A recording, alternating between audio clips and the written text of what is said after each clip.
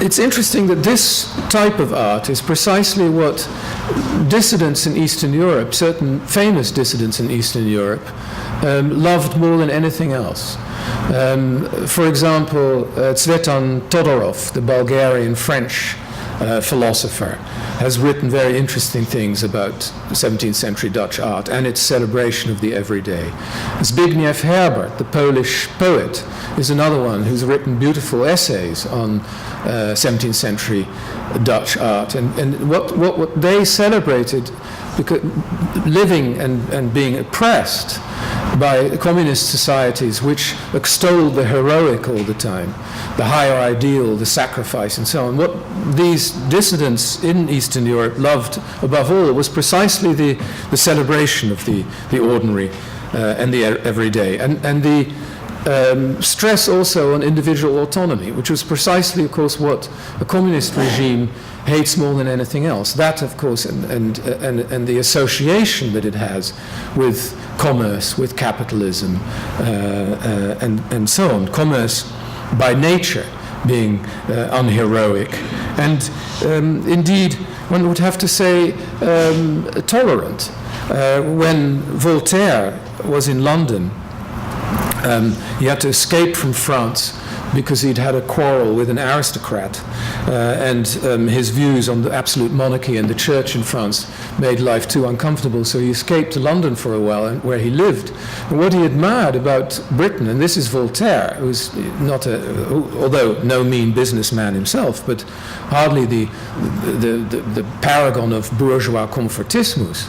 And Voltaire admired about Britain at the time two things. He admired the respect and the high position in society held by scientists, the respect for science, in other words, that the church revealed truth was not considered to be absolute or paramount, and indeed that scientific thought, human reason, was much respected. He described the funeral of Newton, for example. He was deeply moved by this. And he described the London Stock Exchange. And with the famous phrase, which I'll paraphrase, I don't remember it word for word, but was that the Royal Exchange, he said, is the one place where the Mohammedan, the Jew, and the Christian can trade in peace, and the only bankrupt is the infidel. And so he saw that commerce, the merchants, the merchant culture, the give and take, the compromise, and so on, of business actually is connected to liberalism in its classical sense of moderation, tolerance, and individual freedom. If you want to do business with somebody, it's not in your interest to make a big fuss about what he or she believes, as long as you can make a deal. Now, obviously, if you take that to its logical extreme, you end up with something that's undesirable too. I mean, none of us would wish to praise businessmen who will do business with any thug just for a quick buck. But it is true that money, that the business of money, does dissolve a lot of the tribal, mock-heroic, blood and soil, dogmatic attitudes, which are very much part of the anti-liberal camp. Still on the attitudes of dissidents in Central Europe, there is not just an Apollonian aspect of liberalism that was defended by people like Zbigniew Herbert and others. That is Dutch 17th century art and the love of the everyday and so on. There was a Dionysian aspect to it too. And I don't know if you read this, but I read a few months ago and was rather moved by it, an op-ed piece in the New York Times by a Czech novelist called Fleischer, who described going to the Rolling Stones concert in 1991, I believe it was, 2 years after the Velvet Revolution, when they were finally allowed to perform in Prague. And he went with his father. And his father was the same age, roughly, as Václav Havel. So in other words, he would now be in his 60s, possibly even early 70s. the 60s generation, the 68 generation. And Fleischer, who was younger, said he was astonished at the extraordinary enthusiasm, the wild enthusiasm of the crowd at this Rolling Stones concert, of people who were largely in their 60s. And he said to them this was a moment of enormous liberation, that finally the Rolling Stones were in Prague. It reduced them to tears. And the role that played by rock and roll is fairly well known in the case of Václav Havel. When Václav Havel, when the Velvet Revolution happened in 1989, I don't know whether you know this, but one of the first things he did was to offer Frank Zappa the post of cultural ambassador for the new for democratic Czechoslovakia.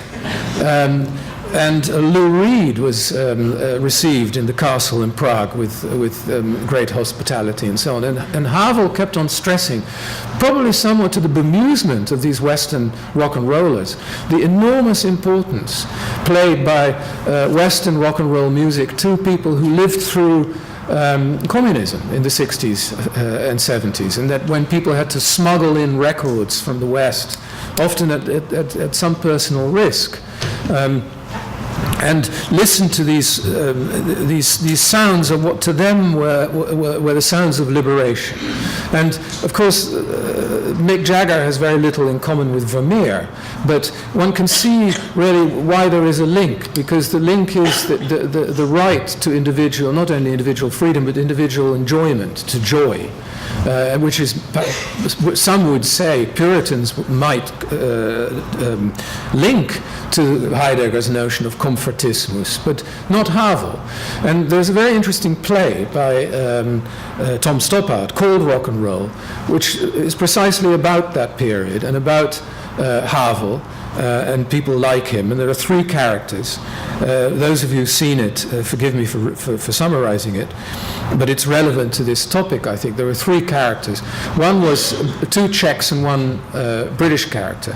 And the two Czechs, one of the Czechs is a sort of Václav Havel type rock and roll figure who argues, was a great fan of a Czech group at the time called the Plastic People. And the Plastic People at one point were thrown in jail, not just banned, but thrown in jail. Rock and roll was, of course, banned as bourgeois decadence. The Rolling Stones were, by the communist regime, were called a money-making machine, which of course they were. But the idea of bourgeois decadence, money-making machine, and something that's to be banned, of course, again, you see that link between commercial culture and classical liberalism. One character is like Havel, who believes that rock and roll itself is a significant force of liberation. Then there's another character who thinks this is frivolous nonsense. What is needed is real, hard political action, heroism of a kind. Listening to the Velvet Underground in your room is not enough. That's not going to bring freedom or revolution. What is needed is real underground, hardcore action. And then there's the third character, who's a British Don in Cambridge, based loosely apparently on the historian Hobsbawm, who is a sort of Western European diehard believer in the communist ideal, and who has the Havel, the rock and roll Czech, as one of his students for a while, and keeps on telling him that he has to persist and keep on believing in the ideal and so on. In other words, he's the Western left-winger, the Western communist, who doesn't have to live with the consequences, who lives in the comfort of Western liberal democracy, and for whom the communist ideal is really an abstraction, who doesn't quite get what it was like on the ground to actually live with the consequences of it.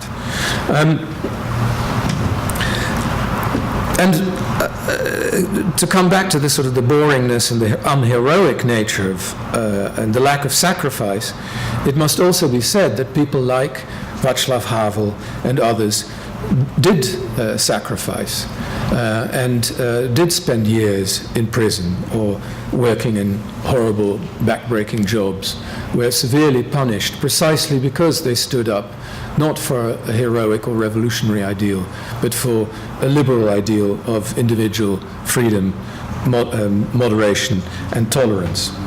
Now, what about the question whether tolerance is the same as indifference. Is it true that the liberal doesn't believe in anything? Again, I think there is a counter-argument. And I would draw to your attention, I don't know again, I don't know your reading lists, but if it's not on it, I would very much recommend it. A book that came out, I believe this year, written by a friend and colleague of mine called Avishai Margalit, called Compromises and Rotten Compromises. And in this book, he paints two pictures of politics. And one picture of politics he calls economic politics. And the other picture of politics is religious politics. And by that he doesn't mean politics based on a particular organized faith, Muslim or Christian or Catholic or Jewish. What he means is something else, which I'll explain in a minute. The economic politics is basically the politics of interests, of mostly material interests, but interests that can be negotiated, that you can compromise on, that the give and take of democratic politics are really all about, although no democracy can do entirely without religious politics either, for then it would become very arid. Now, by religious politics, he means politics that have a sense of the sacred, but there is a secular version of that. The religious version of it is the impossible impasse in Jerusalem today, where neither devout Muslims nor devout Jews, Orthodox Jews, can possibly compromise on holy places, because if you compromise on that, you compromise on your faith, and that's one thing you can't do. But there is a secular version of this, which he calls, which he describes as certain principles, which a liberal can't compromise on. And the thing that a liberal can't compromise on, in his words, are institutionalized inhumanity. In other words, an assault on a common idea of humanity. And he describes as a rotten compromise, as an example of a rotten compromise, the founding fathers of the United States, because in writing the Constitution, they decided they could live with slavery. And he says, Avishai Margalit that is, he says that slavery was a form of institutionalized inhumanity on which they could not compromise without making a rotten compromise. Now, there are other cases in modern history. A liberal, of course, should always try and find compromise. There are bad compromises. There are many cases where you have to make a deal which is unpleasant, even morally repugnant, but without making the deal, things would be worse. I would use as an example, for example, the truth commissions in South Africa. From the point of view of the victim of apartheid, it's not enough that people turn up at a Truth and Reconciliation committee meeting, say that yes, it was bad and they were wrong to have murdered somebody or tortured somebody, but they confess and so on, and that's the end of it. But actually, in the sense of starting a new society, a post-apartheid society, and minimizing the potential for real serious violence and tearing the society apart, you could argue that it was actually it was a difficult compromise, but one that was worth making. And there are many others like that. Something that could not be compromised on was Nazism, something that Churchill in 1940 realized, and otherwise perfectly respectable figures like Chamberlain and Halifax didn't. They thought they could make a deal with Hitler. Churchill realized, and Churchill in many ways is not an example of a typical liberal. I mean, he was a romantic, a man certainly with heroic ideals and so on. But he realized, and perhaps you needed somebody like that at that juncture, he realized that Nazism was institutionalized inhumanity to the extent that any compromise was unacceptable. And in fact, he was supported by liberals more than anybody else. The communists didn't support that at the time, because they'd made a deal with Hitler, or Stalin had made a deal with Hitler. The far right certainly didn't. It was the liberals. And whatever Churchill's romantic ideals about race, about the British spirit and so on may have been, I would argue that actually even Churchill did so for essentially liberal reasons, and that his vision of British society, aside from all the romantic flim-flam, really was one based on tolerance and moderation and individual freedom. Now, how does this apply, and I'll conclude with that, how does this apply to the current debate on Islam in the West? It's not for nothing that many people who claim to be standing up for the West and to fight off the threat of Islamization are very deliberately using precisely the language of 1940. They talk about Islamofascism, they talk about the Weimar moment, in the phrase of one rather hysterical American writer on this topic. They talk about appeasement and so on. As though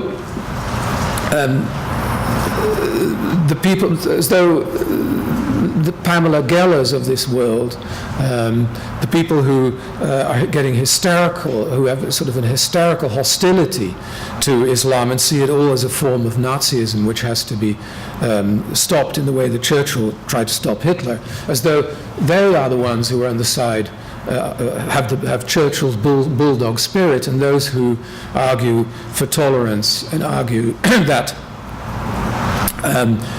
Muslim citizens should be treated as equal citizens in Europe and so on, that they're the appeasers and they're Chamberlain.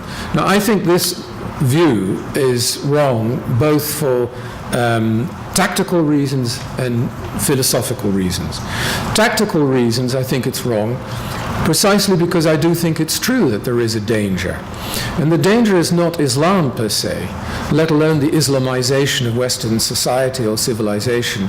A relatively small percentage of people of Muslim origin living in the West, among whom an even smaller percentage are devout Muslims, and then an even smaller percentage are violent revolutionaries.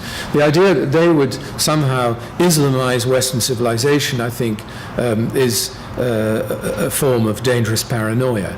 But it is true that from the Islamic world, for all kinds of reasons, in the Middle East, there has emerged a violent revolutionary movement, which, facilitated by modern technology, by the internet and so on, instantly affects young people born and bred in the West, who, like many young people everywhere, are often vulnerable, who haven't found their place in the world, who haven't found the meaning of their lives and so on, and children of immigrants, often children of parents who they've seen being humiliated with their own eyes, are perhaps especially vulnerable. And so there is a real problem with this revolutionary Islamist movement. It does create violence, and it creates often an overreaction to the violence, and it causes damage to our democracies. There's no question. But the only way to, in my view, to contain this violence, to fight back against this revolutionary movement, is to have the majority of law-abiding Muslim citizens on the side of the liberal democracy. And if you see it as one well-known person often phrases it, if you think that we in the West are at war with Islam, then the opposite will happen. Then you drive people who would be on your side in the defensive. You create more sympathy for the revolutionary element. It makes it much harder to contain it. The damage will be much greater.